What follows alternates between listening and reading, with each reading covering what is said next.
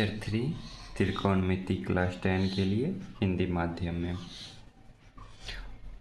आज से पहले हम लोगों ने क्या क्या पढ़ लिया है। सबसे पहले लेक्चर में हमने देखा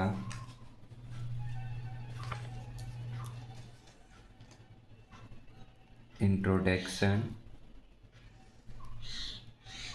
परिचय पाए त्रिकोणमिति क्या है, और उसके बाद हमने sine theta, cos theta, tan theta और सेक, कॉसेक, कॉट ये सब का संबंध और अनुपात को देखा। और फिर जाके लेक्चर 2 में हमने क्या किया, रेंज, सीमाएं ज्ञात किए और त्रिकोणमिति के अनुपात के संबंध को जाना। जैसे साइन थीटा बराबर 1/कॉसेक थीटा, कॉस थीटा बराबर 1/सेक थीटा, टेन थीटा बराबर 1/कॉट थीटा। इसके बारे में हमने जाना। ये लेक्चर 2 में था। और अब थोड़ा इससे आगे चलते हैं। एक बात ध्यान दीजिएगा, जैसे क्या लिखना सही है क्या लिखना गलत है, थोड़े उन बातों पे हम आज चर्चा करते हैं। जैसे साइन ए या फिर साइन थीटा, इसका मतलब साइन गुना ए या फिर साइन गुना थीटा, ये बिल्कुल नहीं होता है, ये भी बिल्कुल नहीं होता है, ये रॉन्ग है, ये गलत है, ये दोनों ऐसा नहीं होता है। ये एक अनुपात को दिखाने का तरीका है। अब जैसे यहाँ पे हम लिखे साइन स्क्वायर ए, इसका मतलब साइन ए का स्क्वायर, हाँ ये बिल्कुल होता है। अब साइन ए का पावर 1 लिख दिए तो इसका मतलब 1/साइन ए होता है, ये भी सही है। अगर साइन -1 ए ऐसा लिखा हुआ है तो इसका ये मतलब बिल्कुल नहीं होता है। ये आगे के क्लास में जाइएगा तो इसका मतलब आपको बताया जाएगा। एक वैल्यू होता है या कुछ एक्स वैल्यू हो सकता है, वो होता है। ये एक पहली बात, दूसरी, तीसरी और ये चौथी, ये छोटी छोटी बातें हैं, इसको थोड़ा ध्यान में रखिएगा। आप या फिर कोई भी बुक फॉलो कर सकते हैं, केसी सिन्हा या फिर एनसीईआरटी। तो आप अब जो जितना थ्योरी हो चुका है उससे आगे बढ़िए और अपना एक्सरसाइज या प्रश्नावली को सॉल्व कीजिए। या तो आप केसी सिन्हा का बुक को फॉलो कर सकते हैं, जिसमें नंबर ऑफ क्वेश्चन ज़्यादा होता है, एक ही टाइप के क्वेश्चन ज़्यादा रहते हैं। टाइप जैसे कि मान लिए साइन थीटा बराबर 3/7 लिखा हुआ है, तो इसमें कॉस थीटा का वैल्यू पूछ रहा है। तो इसी प्रकार का केवल टर्म चेंज कर दिया, साइन ए बराबर दे दिया आपको 5/9, तो फिर पूछ रहा है कॉस थीटा का मान क्या होगा। इसी प्रकार का रिपीटेशन वाला क्वेश्चन केसी सिन्हा में होता है। इसमें नंबर ऑफ क्वेश्चन ज़्यादा ही रहते हैं, जबकि एनसीईआरटी में क्या है, 2 टॉपिक होता है और एक टाइप के क्वेश्चन 1 या 2 हो सकते हैं। एनसीईआरटी एग्जैक्ट होता है। तो आप अगर जिनके पास जो है वो सॉल्व कीजिए। स्पेशली बिहार बोर्ड वाले बच्चे अपना एनसीईआरटी को फॉलो कीजिए और बनाइए। चलिए एक और कुछ टर्म्स हैं जिसके बारे में जानते हैं, क्या सही है क्या गलत है। tan a का मान सदैव 1 से कम होता है। आप लेक्चर 2 में देखें जहां हम त्रिकोणमिति अनुपात के मान को बताया थे, सीमा के बारे में बताया था। tan a का मान क्या होता है, सारा का सारा वास्तविक संख्या होता है। तो tan a का मान सदैव 1 से कम होता है, ये तो बात आपका क्या हो गया, गलत। sec a 12/5 a के कुछ मानों के लिए ये सही है या गलत, ये पूछ रहे हैं। तो सेक ए क्या होता है, कर्ण बट्टा आधार। तो कर्ण हमेशा बड़ा होता है, तो ऊपर वाला बड़ा है और नीचे वाला छोटा है, इसीलिए ये बात सही है। कॉस ए एंगल ए के कोसेंट के लिए संकेत है? बिल्कुल नहीं। कॉस ए एक अपना यूनिट है जो होता है आधार बट्टा कर्ण होता है, जबकि कोसेकेंट किसका है? कॉसेक का। किसका है? कॉसेक का शॉर्ट फॉर्म है, और ये आपका लॉन्ग फॉर्म होता है, तो ये गलत है। साइन थीटा बराबर 40/23। लंब यहाँ क्या हो गया है? कर्ण से बड़ा हो गया है, तो जिस कारण से ये क्या हो गया? गलत। अब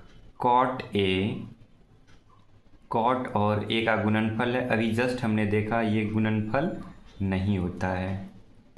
नीचे एक सवाल है, ट्रायंगल पी क्यू आर में क्यू आपका समकोण है, P Q 7 centimetre, P R minus Q R बराबर 1। यहाँ साइन आर और कॉस आर का मान आपको निकालना है, तो इसका वैल्यू जल्द से जल्द आप लोग सॉल्व कीजिए, पॉज कर लीजिए और सॉल्व कीजिए।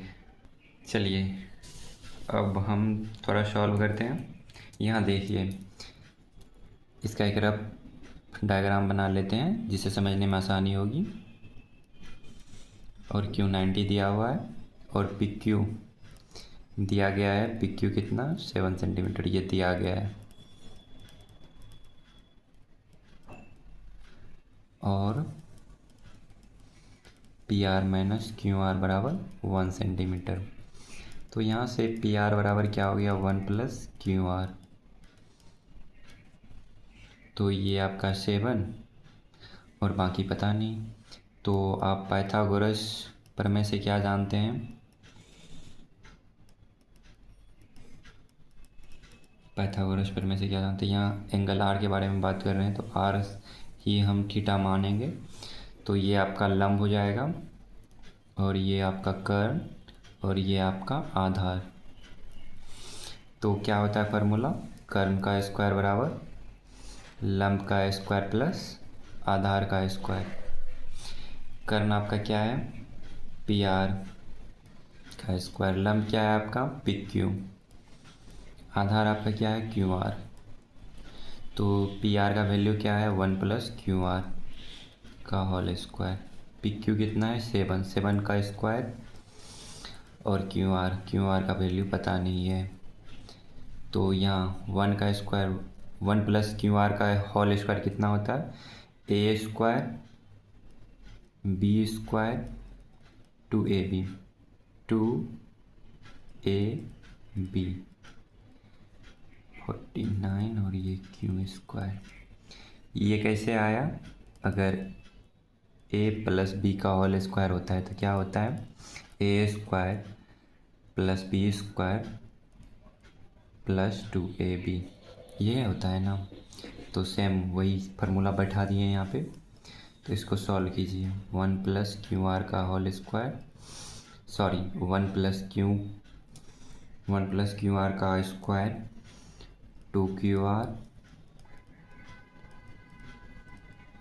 का स्क्वायर, ये वाला टर्म से कैंसिल, 2 और वो उधर चला गया क्यू आर, ये 48 और ये 2 डिवाइड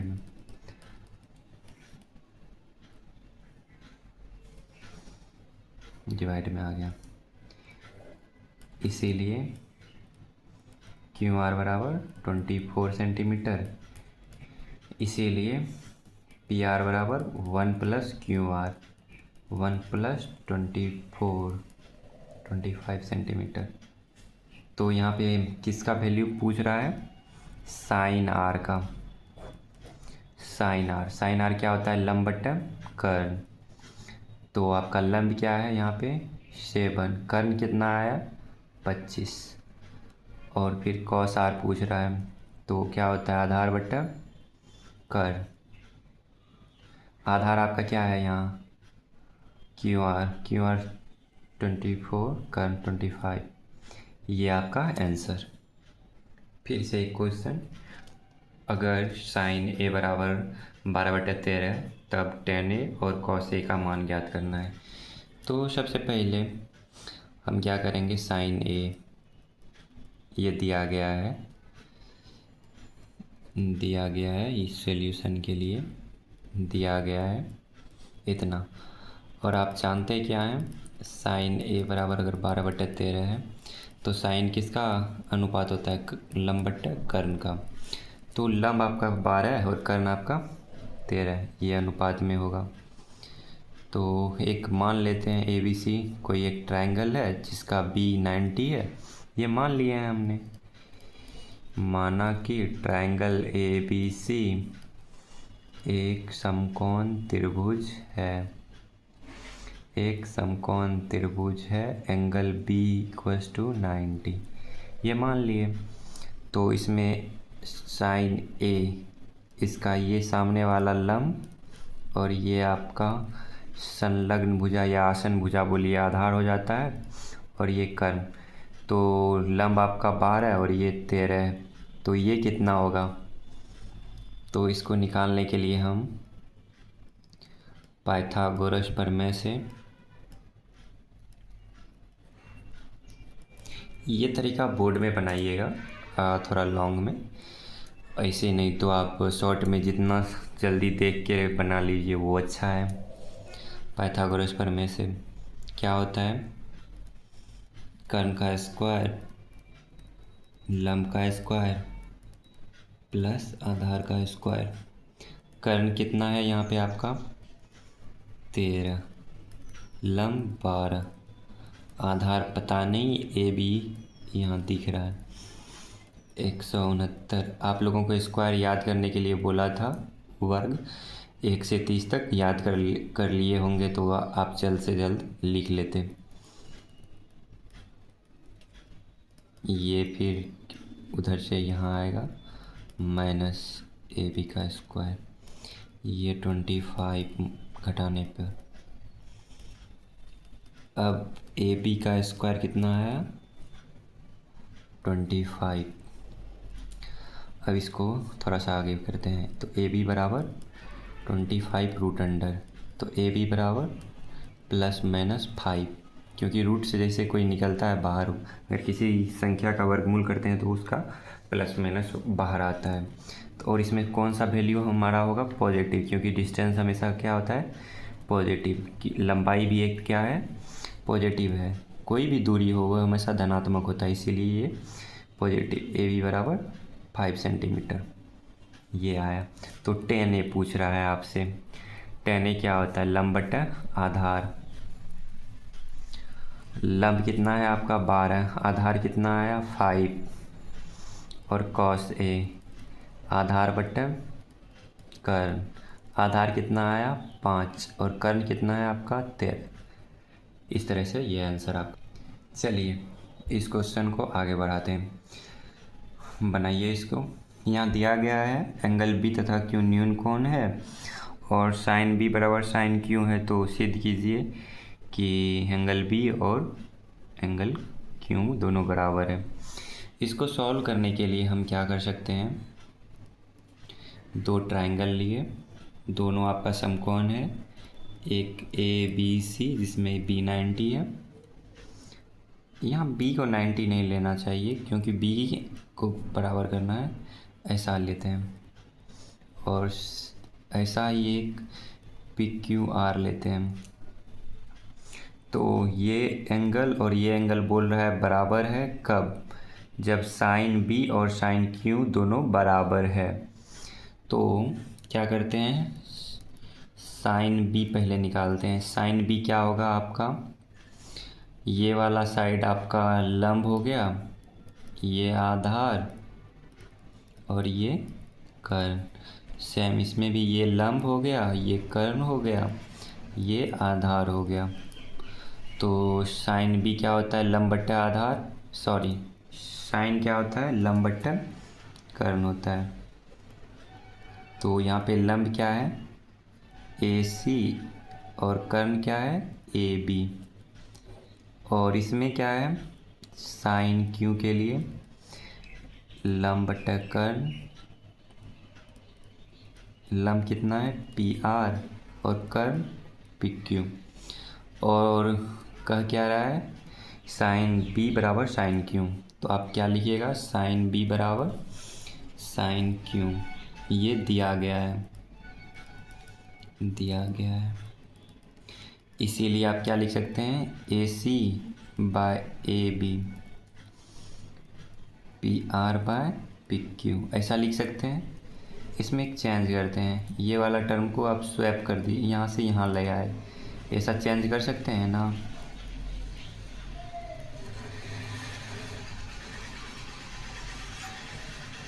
और इसको के बराबर मान लिए, इसको इक्वेशन 1 मान लेते हैं, ऐसा लिख सकते हैं।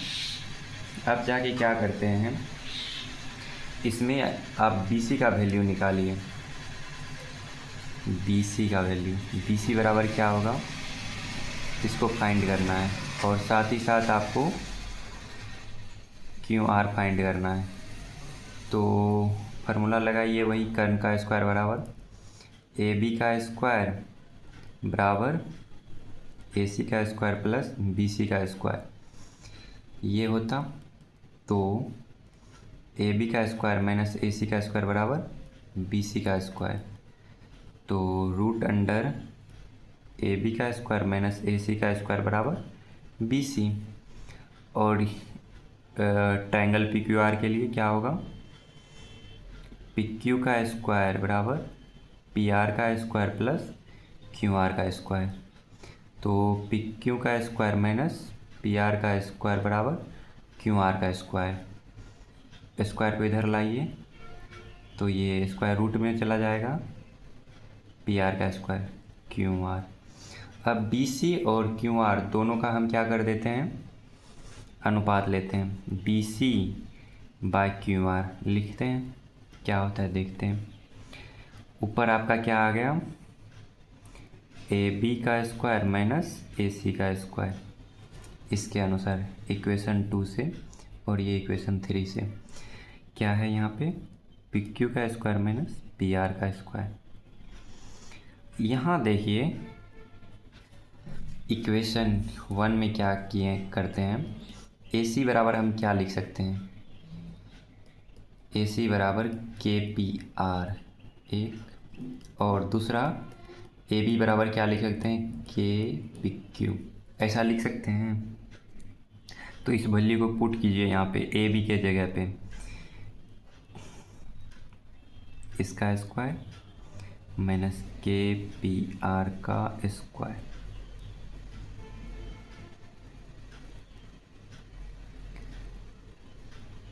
पी आर का स्क्वायर,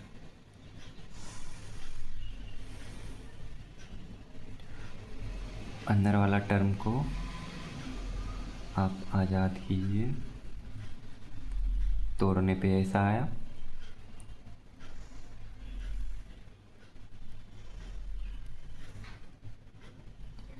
ये ऐसा।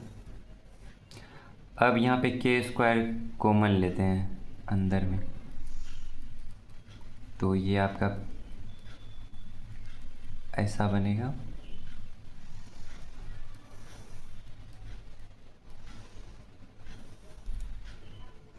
ऐसा बनता।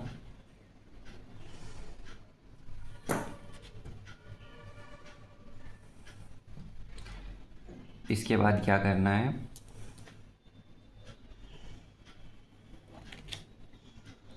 ये वाला बाहर कर लेते हैं के, तो आपका क्या अंदर बचा, बाय,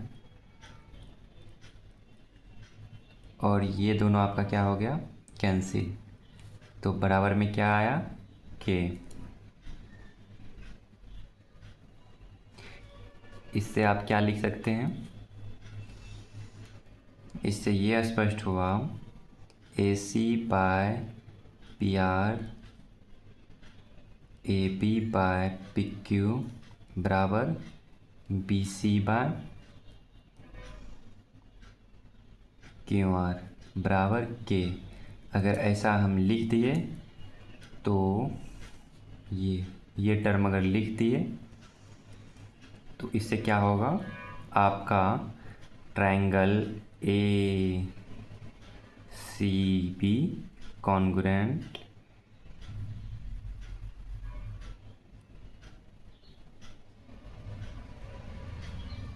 ये दोनों कॉन्ग्रुएंट हो जाएगा, इसीलिए आप क्या लिख सकते हैं, एंगल Q बराबर एंगल B, एंगल B बराबर एंगल Q, ऐसा लिख सकते हैं।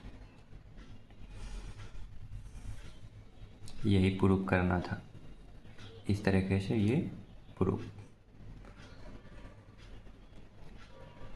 देखिए अगर ऐसा हो गया तो ऐसा लिख सकते हैं, एंगल B बराबर एंगल Q। जैसे कॉन्ग्रुएंट हो गया तो सब आपस में बराबर लिख सकते हैं, एंगल A बराबर एंगल P लिख सकते थे, AB बराबर PQ लिख सकते थे। ओके, आप लोग बनाइए, NCERT, KC सिन्हा या भी कोई बुक फॉलो कर रहे हैं, आप आसानी से अब एक्सरसाइज के सवाल बना सकते हैं। एक्सरसाइज 1 पूरा आप बना सकते हैं, तो बनाइए। मिलते हैं अगले लेक्चर।